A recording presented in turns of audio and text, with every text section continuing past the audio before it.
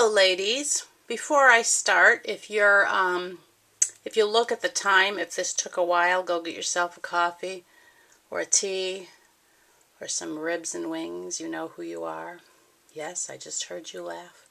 Anyway, I know yesterday was about shoes and I didn't get a chance to, I wanted to really talk about shoes because as you all know, shoes are a huge thing for me.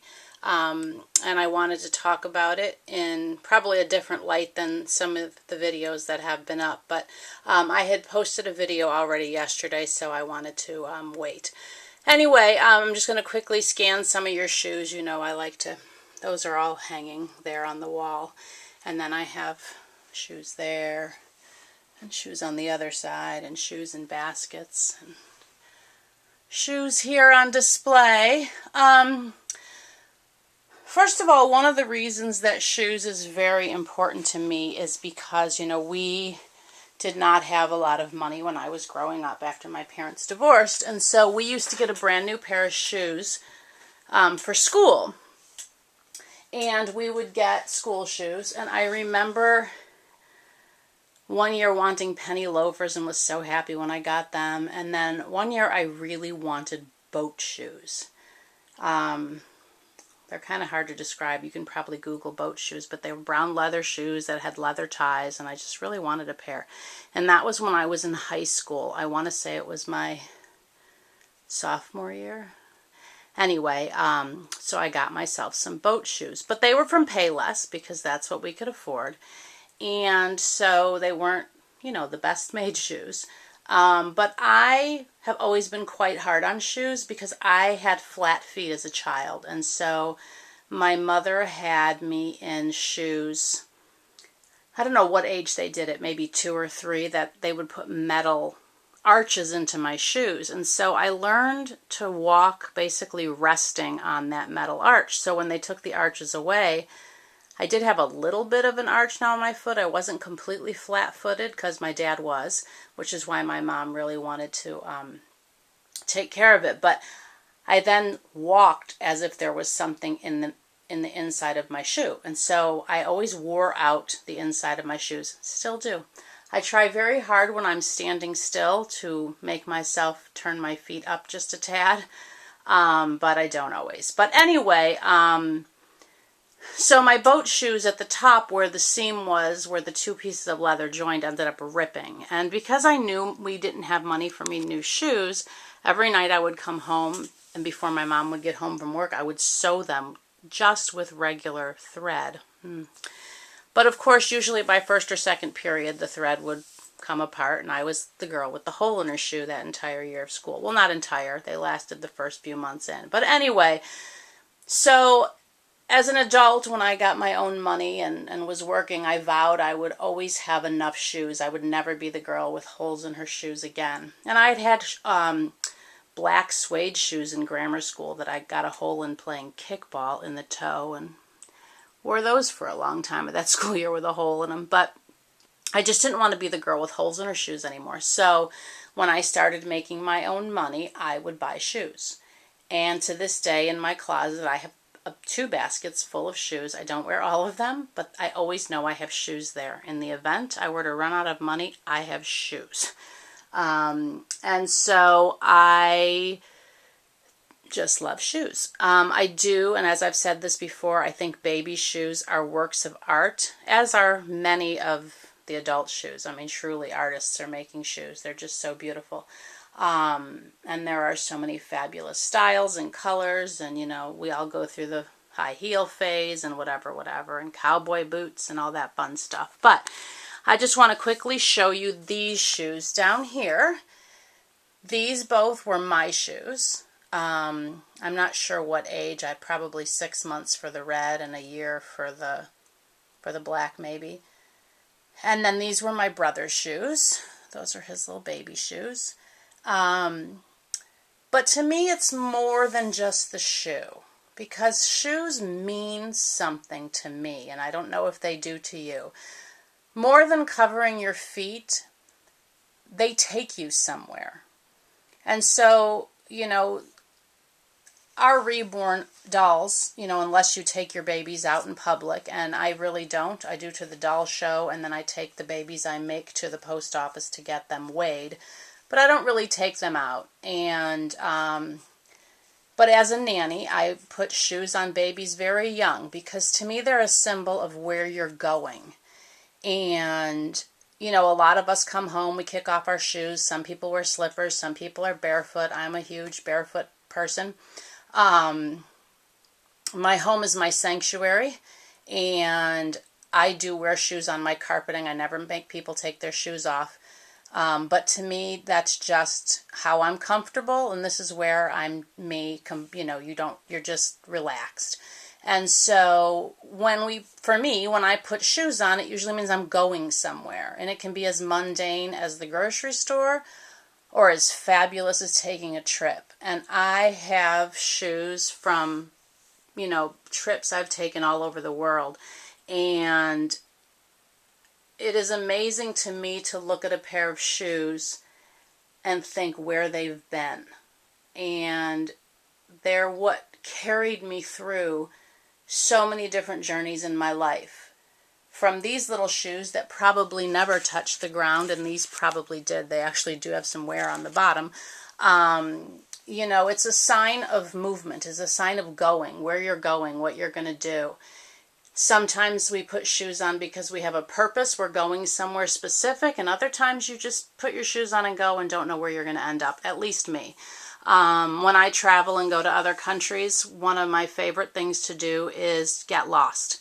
I love to get lost in other countries and then find local people, find out what they do, where they eat, where they shop. To me, that's how you learn a country over a tourist book. But that's me. A lot of people don't feel comfortable with that, especially if you're in a country where you don't speak the language. But to me, that's all what the journey's about. And so I, you know, again, have had shoes that if I look at them, I can remember, oh, those are the shoes that I got in a taxi in France and went to Sacré-Cœur and decided to walk home. And I was staying near Notre Dame.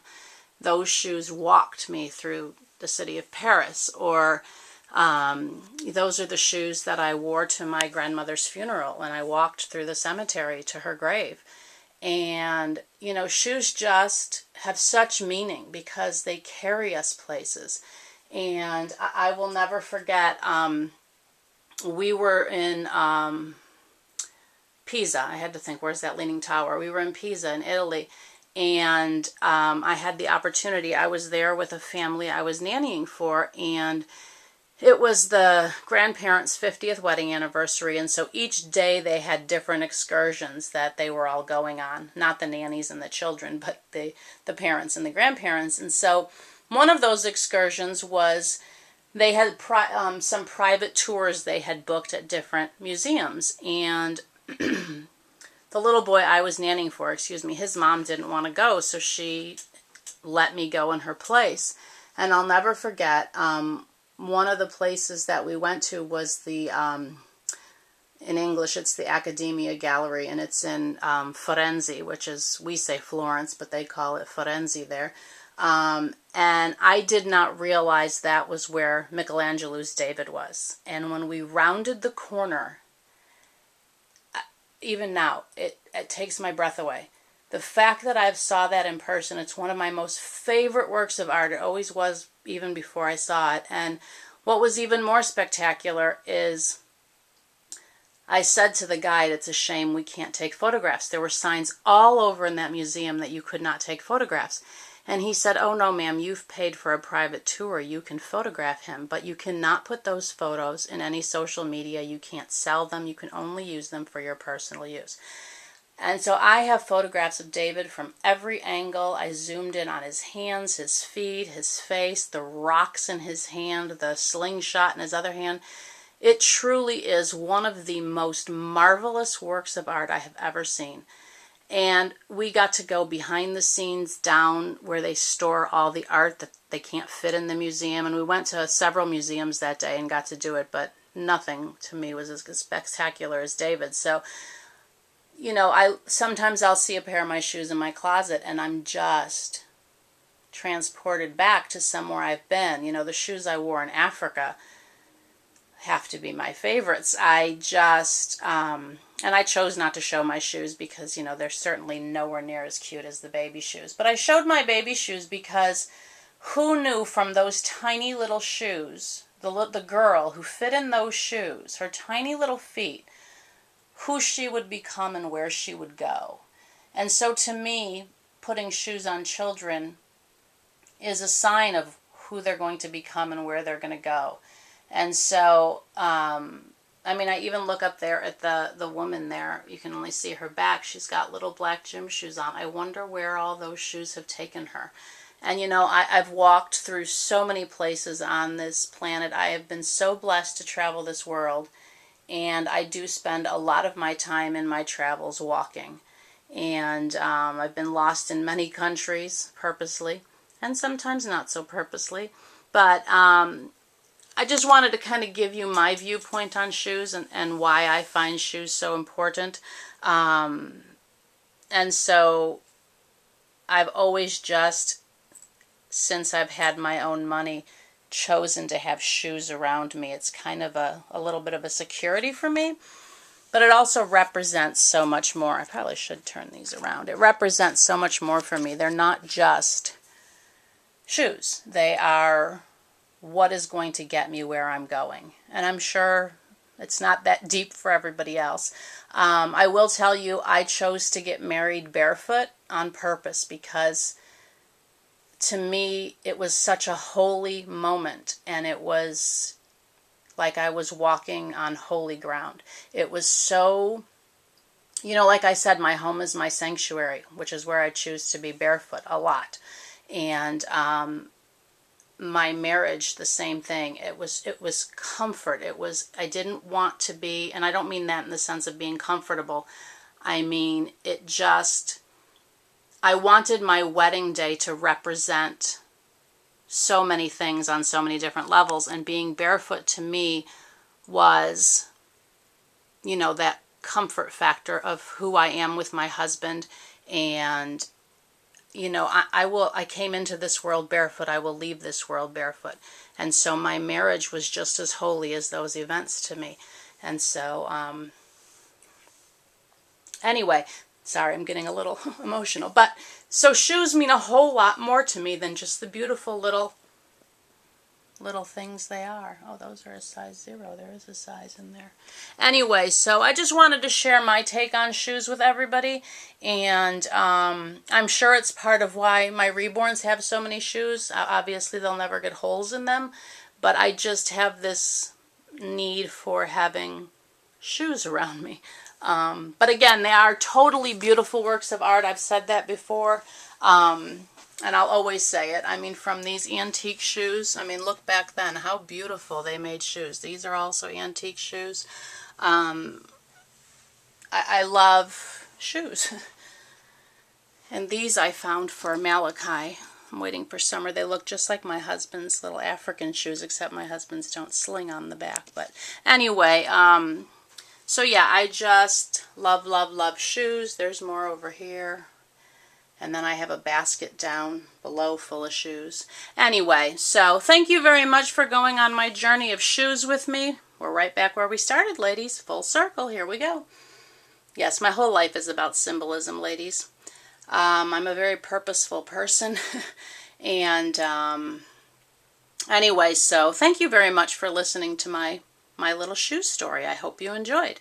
Have a lovely, lovely weekend, ladies, and I hope it's beautiful wherever you are. We woke up to frost this morning. Are you kidding me? But now it's like 60-some degrees. It's beautiful. I just ran some errands. Anyway, gonna go finish ironing now, and hope everybody has a lovely, lovely weekend. Thank you. Bye-bye.